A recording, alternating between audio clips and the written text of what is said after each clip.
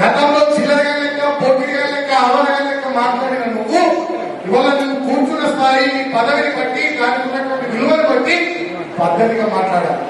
ఒక ఉద్యమ నాయకుడు ప్రాణాన్ని పరంగా పెట్టి తెలంగాణ తెచ్చిన నాయకుడు 10 సంవత్సరాలు తెచ్చిన తెలంగాణ బ్రహ్మాండంగా అభివృద్ధి చేసిన నాయకుడు కేసీఆర్ గారిని పట్టుకుని రంగాన్ని మాట్లాడుతున్నాడు. మీరు రండగాడు, హౌలగాడు, పాగంగాడు, దేడి దివానగాడు, రేవంత్ రెడ్డి గారు ఈ చెంతల కొడుకును ఈ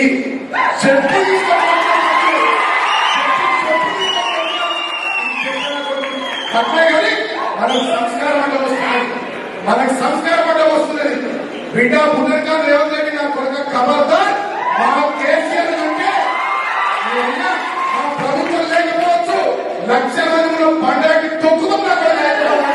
ఆ ముసలోని పుణ్యాన్ని ఆడేదో కొట్లాడినట్టు నటిస్తే మీరందరూ వెనక కూర్చొని బిచ్చగాళ్ళ లెక్క అడక్క తిన్న సన్నాసులు. మీరు ఎవడైనా సరే మాట్లాడేటో తలతిక్క సన్నాసిగాళ్ళు.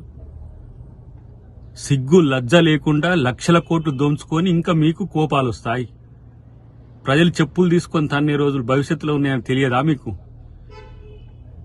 బహిరంగ సభలు చూడంగానే లేకపోతే ప్రభుత్వ తీరు చూడంగానే మీకు పిచ్చి లేచిపోతున్నది. ఎర్రగడ్డకో ఆ వైజాగ్కో పోండి సన్నాసులారా, గుంపు కట్టుకొని పోరి. ఇలా నేను అంటున్నా, మీ అక్రమాలకు ఆగడాలకు ప్రజలు శిక్ష వేయబట్టి మీరు తగ్గింది కానీ, లేకపోతే మూడోసారి మీరు అధికారంలోకి వస్తే పరిస్థితి, రాష్ట్ర పరిస్థితి ఏంది, ఇక్కడ ప్రజాస్వామ్యం పరిస్థితి ఏందో అందరికి తెలుసు.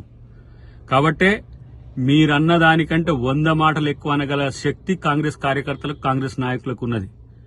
ఈ మౌనం కేవలం ప్రభుత్వం వచ్చింది ప్రజల కోసం మనం ఆలోచించాలనే ఉద్దేశంతోనే తప్పితే చివరికి ముఖ్యమంత్రి సైతం స్పందించినా మీకు సిగ్గులద్దలేకపోయాయి. ఇంకా పనికిరాని పిచ్చి మాటలు, పిచ్చి ప్రేలాపనలు. మిమ్మల్ని చెప్పులు తీసుకొని మొదటి నుంచి చివరి వరకు తన్నలేం. అదేం పెద్ద పనా? ఇదేనా మీ సంస్కృతి? ఇదేనా మీ రాజనీతి? దిగజారు రాజకీయాలు తప్పే ఇంకో తెలియదా? ఇప్పటికైనా ప్రజాస్వామ్యయుతంగా ఉండడం నేర్చుకోండి. కనీసం 10 సంవత్సరాలు